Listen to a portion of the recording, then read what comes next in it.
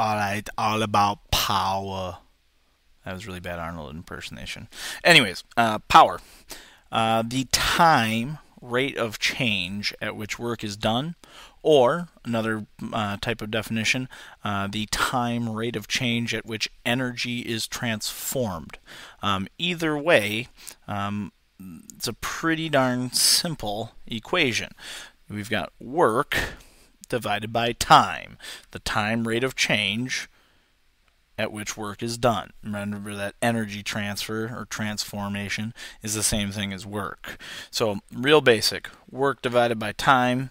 By the way, with the AP version stuff, they like to refer to that as the average power, which is fine, as work over the time. Units for power. Work is in joules, and time is in seconds. Joule per second is more commonly known as watt. Okay. Now, the symbol for watt is a capital W. I just want you to make sure that you're not screwing up the W for work with the W for watts. The W in an equation stands for work. A W that comes after a unit, or I'm sorry, after a number is a unit. That's a unit of watts. Okay, so watts follows a number. Work stands for a quantity of work. Okay. I've gone over some common conversions that are used. Oftentimes, a question might ask for the horsepower. Okay, so there's 746 watts per 1 horsepower. You might also run into Old English units that are foot-pounds per second. But this is how those things are all related, just in case you need them. Okay.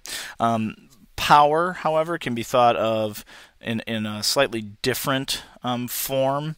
And this is a term that IB likes to use. If I write that power is really work over time, okay, remember that work is really a force parallel to a displacement.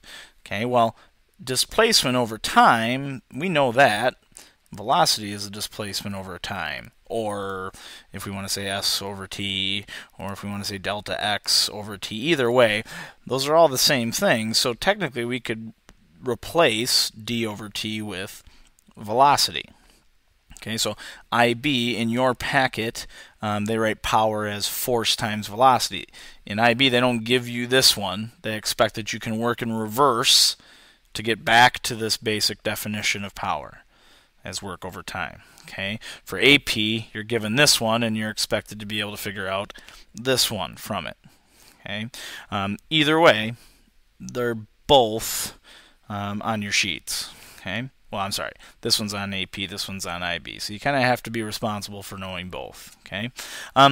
One common thing to talk about in terms of power is efficiency, which is relatively easy to figure out. You've got efficiency, which is a little e, would be equal to the power out divided by the power in.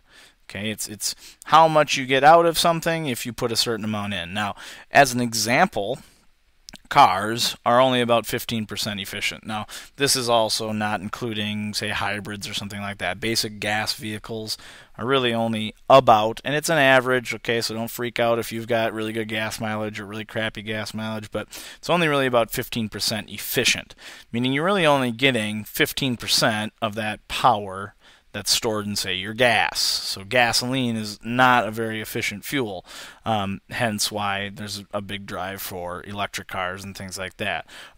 So you're losing about 85%, and that's usually lost as heat or thermal energy, which we haven't talked about yet, but is to come. Okay, so that's my little blurb on power. Nothing too major. I think it's relatively pretty simple, but we'll do some more. We'll do some example problems in class and hopefully get everything all ironed out. All right, power.